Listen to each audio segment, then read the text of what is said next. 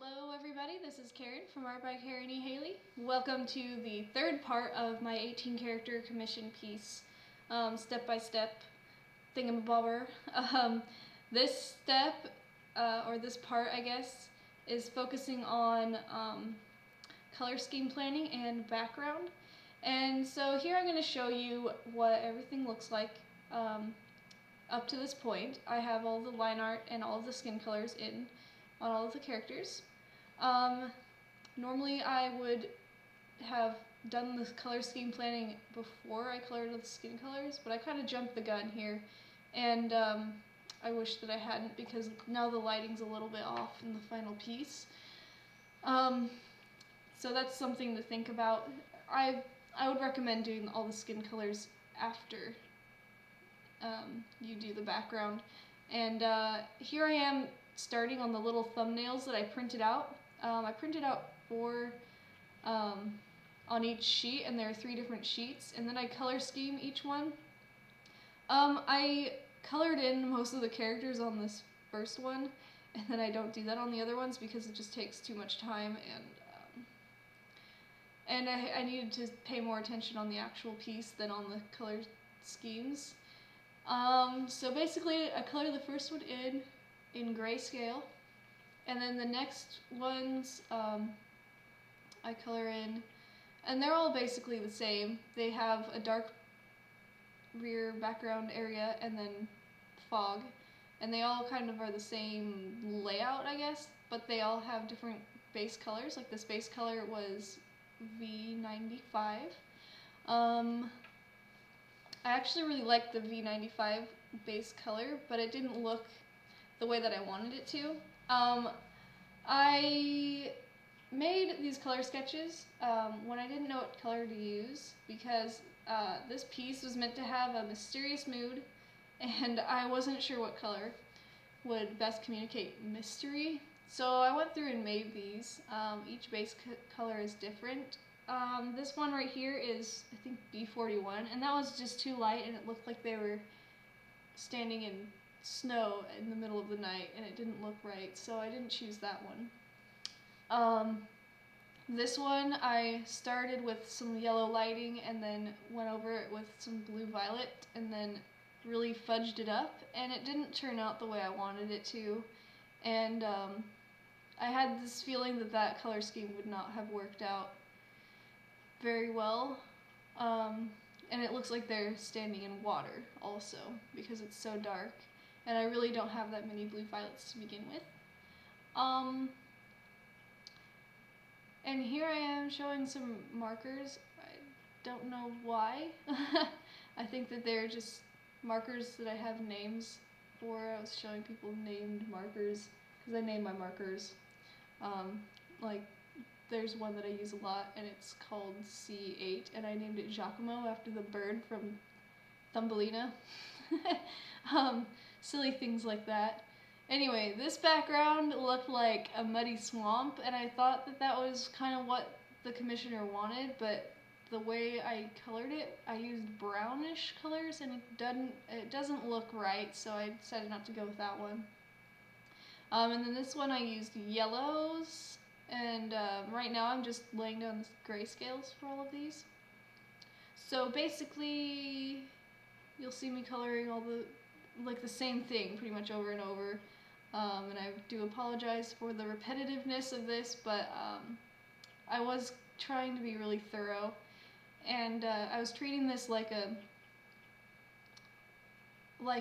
storybook commission.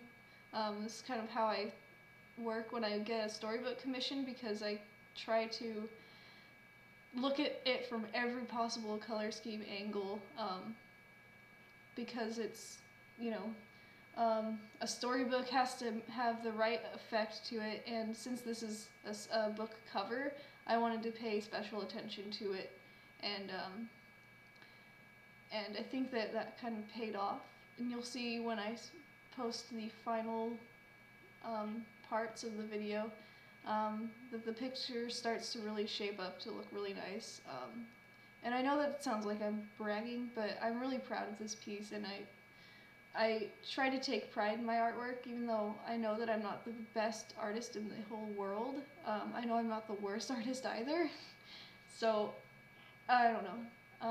But anyway, I think you'll notice that I used green on one of the color schemes, and I did try a piece once where I used green fire, and that piece turned out really cool, so I thought maybe that the green fog would look cool, but it didn't.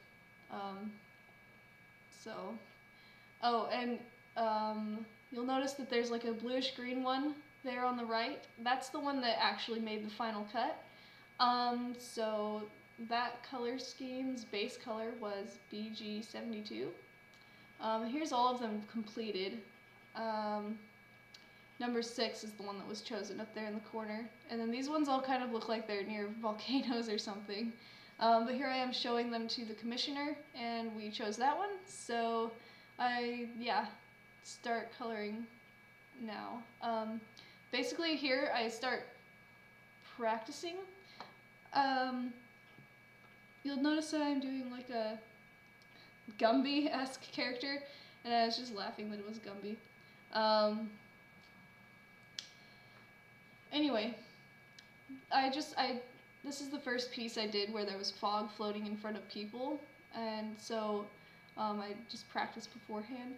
Basically, all you do with this style of fog is to start with the light areas first, kind of to sketch it out, especially along the parts where it overlaps the bodies of the characters, or, you know, if it was going over another object in your piece, you would use it that same way, like if it was floating over a tree, or something. And then you put in some midtones, and you make sure you blend really heavily with the light color, especially at the top. And then you get darker where different fluffs kind of float up. You kind of want to shade near that light edge of the other fluff, if that makes any sense at all. And then I take that midtone marker and a darker marker, and I touch in really dark areas, and that gives it a lot of depth. And I know that this kind of starts to look like clouds, but basically that's what a bank of fog is a cloud on the ground. So it's not as misty as I would have liked it to look, but I think that it looks pretty nice.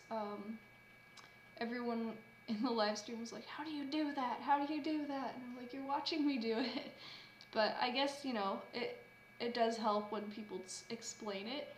So I'm going to explain it here. I already did, I guess. I think you do see me using the nib to nib method later on. But yeah, so basically do the light areas first, then add in the midtones, then blend the light areas with the midtone areas, go over the midtone areas with the same midtone marker for a slightly darker color. Like you see here in the corner, that's the same midtone color, and then I come in with a darker color, and I blend that with the midtone pretty heavily. And the nib to nib method, I think you'll see me using it up here near the top. And that's basically when you touch the lighter marker against the darker marker and add that color mixture onto the paper. And the nib to nib method is pretty, it can stain your marker, but it is pretty effective, especially if you don't have an in-between color. And it really cuts down your need for extra markers if you know how to use the nib to nib marker method. I do tone down some parts later on with C2, which is cool gray number 2. And if you're wondering what the colors are in the fog, the light color is BG11, the midtone color is BG72, and then the darkest color is BG78. And that wide marker you see there is also BG72, And you can't buy wide markers in that color. You have to buy an empty wide and then buy a BG72 refill and fill it with that color. And that's really the only color that I use large areas with a lot. So that's why I have a wide BG72. BG72 is a really heavily used color in my artwork. So there's the gray toning down, which ironically later on I've covered that up, but I think that it does give a nice effect. So if you like the effect, I'm glad that I was able to show it to you before the final product. Now the hardest part about doing this fog was getting in between all of these characters.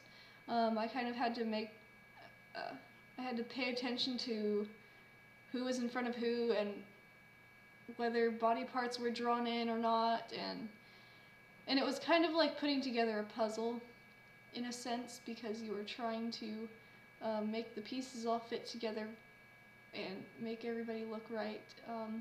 So basically that's the whole piece, and I wish I had a scan of this because I really like it. And anyway, see me in part 4, coloring the clothing and doing the lettering.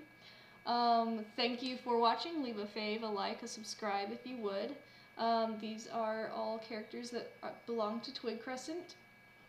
And thanks so much. See you in the next episode.